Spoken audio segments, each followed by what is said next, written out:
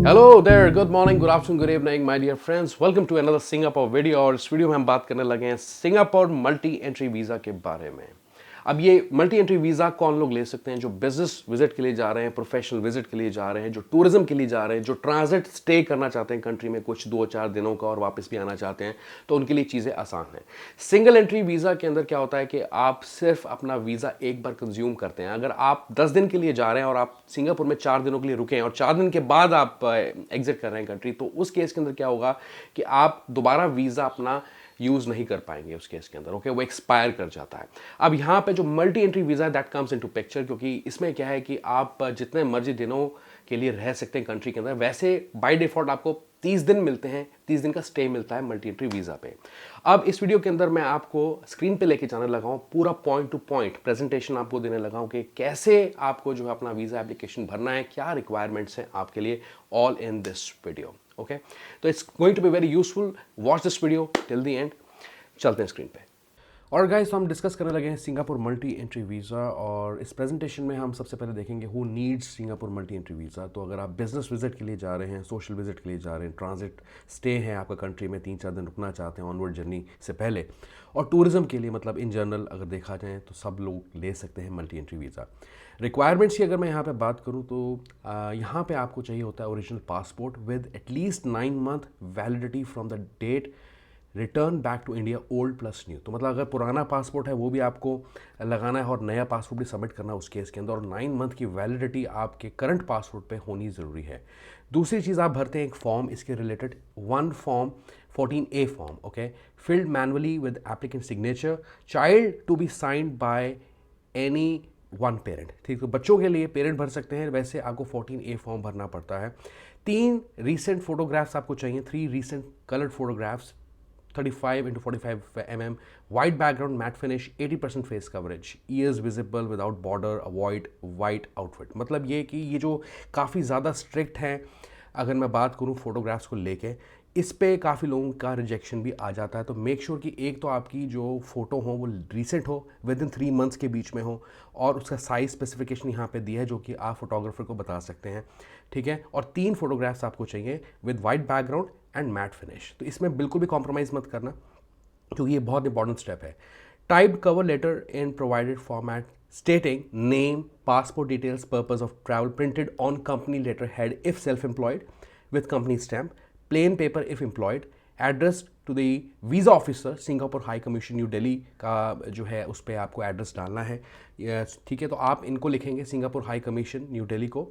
और आपको, अगर आप सेल्फ एम्प्लॉयड हैं तो यहाँ बिजनेस करते हैं, तो आपको कंपनी लेटर हेड पे अपने आपको सर्टिफाई करना है, बताना है उनको क्या पर्पज़ है आपका जाने का।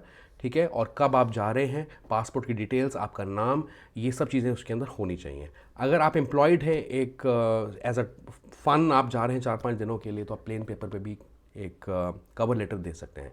Bank statements reflecting transactions of the last 6 months with sufficient funds, 30,000 minimum आपके अकाउंट में बैंक बैलेंस होना चाहिए। मैं आपको ये कहूँगा कि आप बैंक जाके स्टैंपिंग करवाएं बैंक से और उसको आप लगाएं, बिकॉज डिजिटली वेरीफाइड कॉपी चल सकती है लेकिन उस पर आप चांस ले सकते हैं, ताकि आपका रिजेक्शन ना आए। तो काम आप करें पक्का यहाँ पे।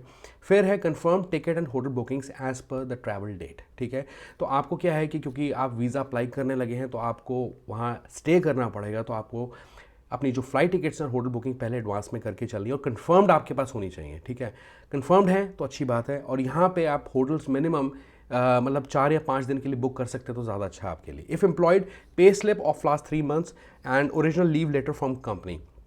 जब मैंने, वैसे ये this is not a single entry visa, पर जब मैंने सिंगल एंट्री वीज़ा अप्लाई किया था अपना, तो मैंने कोई कंपनी लेटर हेड पे लिख के उनको कुछ नहीं दिया, लीव लेटर नहीं लिया था कंपनी से, बस मैंने उनको पे स्लिप्स दी थी 3 महीने की।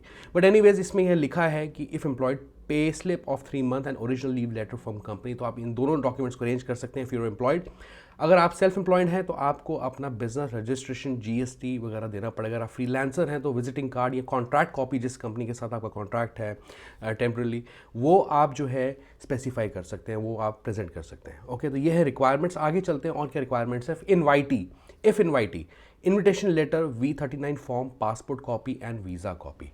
ठीक है। तो इनविटेशन लेटर अगर आपको सिंगापुर में रहता है, आप उनके पास जाके स्टे करना चाहते हैं, उस केस में आपको इनविटेशन लेटर देना पड़ता है और एक फॉर्म भरना पड़ता है V39 form. Passport copy and visa copy जो है वो भी लगती है उनकी। अब मैं आपको एक चीज़ बता दूं कि यूजुअली अगर आप सिंगापुर मल्टी एंट्री वीज़ा ले रहे हैं तो आपको इनविटेशन लेटर देने की ज़रूरत नहीं, अगर आप किसी को वहाँ नहीं जानते हैं, आपको कोई फ्रेंड रिलेटिव वहाँ नहीं रहता, ठीक है। आप सिंपली होटल की बुकिंग्स कर लें, आपका वीज़ा अप्रूव हो जाएगा। इसके अलावा आपको अगर बच्चे जा रहे हैं आपके साथ तो उनको स्कूल कॉलेज ID कार्ड होना चाहिए, NOC होना चाहिए from parents, non accompanying parent ID proof of parent, ठीक है। उनका पेरेंट्स का ID प्रूफ लगेगा या NOC पेरेंट्स की तरफ से उन्हें लिख के देना पड़ेगा कि हम बच्चे को ऑथराइज़ करते हैं अकेला ट्रैवल करने के लिए, कोई भी रीज़न है। Sponsorship letter, sponsor ID proof, updated bank statement if sponsored. तो अगर आप किसी बिजनेस ट्रिप पर जा रहे हैं, आपका ट्रिप स्पॉन्सर्ड है, तो स्पॉन्सर का नाम, अता पता, ID प्रूफ और बैंक स्टेटमेंट उनकी वो भी उनको लगानी पड़ेगी। मतलब आप किसी पर्सनल विजिट के लिए जा रहे हैं, प्रोफेशनल विजिट के लिए जा रहे हैं, बिजनेस पर्पज़ के लिए जा रहे हैं। Invitation letter from the host company for business visa, ठीक है। तो आपको अगर आप बिजनेस के लिए जा रहे हैं, किसी कंपनी के पास जा रहे हैं काम करने के लिए, मल्टी एंट्री वीज़ा आपको चाहिए क्योंकि आप रिपीटेडली ट्रैवल करेंगे between India Singapore from anywhere, तो आपको इन्विटेशन लेटर उस कंपनी का लेना पड़ेगा और उसे आपको अपनी जो एप्लीकेशन है उसके साथ लगाना पड़ेगा। और last but not the least, vaccine certificate. तो वैक्सीन सर्टिफिकेट आजकल हर चीज़ के लिए ज़रूरी है, तो आपको वैक्सीन के अपने दोनों डोजेज़ जो लगवाई हैं, अगर बूस्टर लगवाई है तो वो भी अच्छी बात है, तो आपको वैक्सीन के सर्टिफिकेट लगाने पड़ेंगे। ओके, आगे चलते हैं। Passport not issued in the state of residence, मतलब कि आप दिल्ली में रहते हैं लेकिन आपका जो आप रहते, आपको जो करंट एड्रेस है वो दिल्ली का है, लेकिन मान लीजिए आप मुंबई से हैं, ठीक है।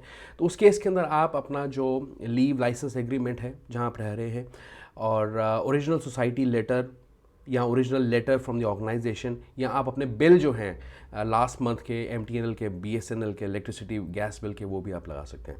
ओके, आगे चलते हैं। Check status of visa application. तो आप क्या है कि इनकी ICA की जो वेबसाइट है www.ica.government.sg, इस पे जाके अपनी एप्लीकेशन का स्टेटस चेक कर सकते हैं। ये जो स्टेप्स हैं, एनी हाउ ये जो PDF है जो मैं प्रेजेंटेशन आपके साथ डिस्कस कर रहा हूँ, ये PDF फॉर्मेट में आपको मिल जाएगी मेरी वेबसाइट के थ्रू। तो यहाँ पे स्टेप्स दिए हुए हैं इसके अंदर कि आप किस तरीके से जाके अपना वीज़ा का एप्लीकेशन चेक कर सकते हैं। ओके, अब सवाल ये है आगे सबसे बड़ा कि can I transfer my visa, मतलब कि मान लीजिए आपका जो पुराना पासपोर्ट है वो एक्सपायर होने लगा है, तो क्या आपका वीज़ा जो ट्रांसफ़र हो सकता है नए पासपोर्ट पे अगर वो वैलिड है 2 साल के लिए? Yes you can. यहाँ पे you need your old and new travel document, original and copy, ठीक है, दोनों चाहिए। मतलब फोटो कॉपी भी चाहिए, उसकी ओरिजिनल डॉक्यूमेंट भी चाहिए, मतलब कि पासपोर्ट हो गया इस केस के अंदर। Print out of the valid visa, तो आपको जो वीज़ा पहले इशू किया गया था उसका प्रिंट आउट भी आपको लगाना है। एक 14A फॉर्म दोबारा से आपको भरना पड़ेगा। It should be completely signed, duly signed and attested, self attested मैं ये कहूँगा। Then you need your recent passport sized photograph taken within the last 3 months, ठीक है। Please see photo guidelines for information on photo requirements. तो ये मैंने ऊपर आपके साथ डिस्कस किए ना, 3 recent photographs, 35x45 mm white background matte finish, 80% face coverage. तो ये जो है आपको इसी तरीके से खिंचवानी है उस केस के अंदर, आपको अगर अपना वीज़ा ट्रांसफ़र करना है पुराने पासपोर्ट से नए पासपोर्ट पे, क्योंकि बेसिकली क्या है, एम्बेसी जो है कॉन्सुलेट, उसके अंदर पासपोर्ट नंबर आपका चेंज करना चाहेगा, ठीक है ना। तो इसलिए आपको 14A फॉर्म दोबारा भरना है। अच्छा, conditions if any, processing time इसका 7 से 10 दिन का लगता है टाइम, वैसे 3 या 4 वर्किंग डेज में आ जाता है, पर ये एक स्टैंडर्ड टाइम फ्रेम है। वीज़ा की validity up to 2 years, depend करता है एम्बेसी आपको 2 साल का स्टे परमिट करती है या नहीं करती है, उनके ऊपर डिपेंड करता है कॉन्सुलेट पे। इसमें कोई कुछ नहीं कर सकता, इवन एजेंट भी कुछ नहीं कर सकता। स्टे ड्यूरेशन एक बार में आपको कितने का मिलता है, वो मिलता है 30 डेज़ का, ठीक है ना। कॉन्सुलेट की फ़ीस यूजुअली होती है 30 सिंगापुर डॉलर्स, जो कि नॉन रिफंडेबल होती है। उसके ऊपर जो जिस भी एजेंट से आप अप्लाई करेंगे उनके अलग से चार्जेस होंगे। This is strictly no extension, there is strictly no extension of visa validity और चेंज ऑफ वीज़ा टाइप। तो आप इस वीज़ा को या इसकी वैलिडिटी को चेंज नहीं कर पाएंगे, आपको उसके लिए दोबारा से अपनी एप्लीकेशन सबमिट करनी पड़ती है। In the case of visa rejection contact the consulate, ठीक है। ICA does not disclose the reason for the rejection, ठीक है। तो आपको जो है कॉन्सुलेट को डायरेक्टली रीच आउट नहीं करना, आप बेसिकली आपको एजेंट को रीच आउट करना है कि आपकी अगर वीज़ा एप्लीकेशन रिजेक्ट हो गई है, किस रीज़न से हुई है। वैसे वो डिस्क्लोज नहीं करते रीज़न, अगर कोई डॉक्यूमेंट इनकम्प्लीट है तो उसके अंदर आपको कह सकते हैं कि शायद आपको ये डॉक्यूमेंट लगाना पड़े। बट इसके अलावा अगर आप कुछ और जानकारी लेना चाहते हैं, इन्फॉर्मेशन लेना चाहते हैं, I have share the links with you down below resources के अंदर, तो आप यहाँ पे भी डिटेल में चीज़ों को पढ़ सकते हैं। So this is about guys the Singapore multi entry visa. Alright guys, thank you so much for watching this video. ये वीडियो आपको कैसी लगी ज़रूर बताएं, give this video thumbs up and also subscribe to this YouTube channel the wandering man abroad.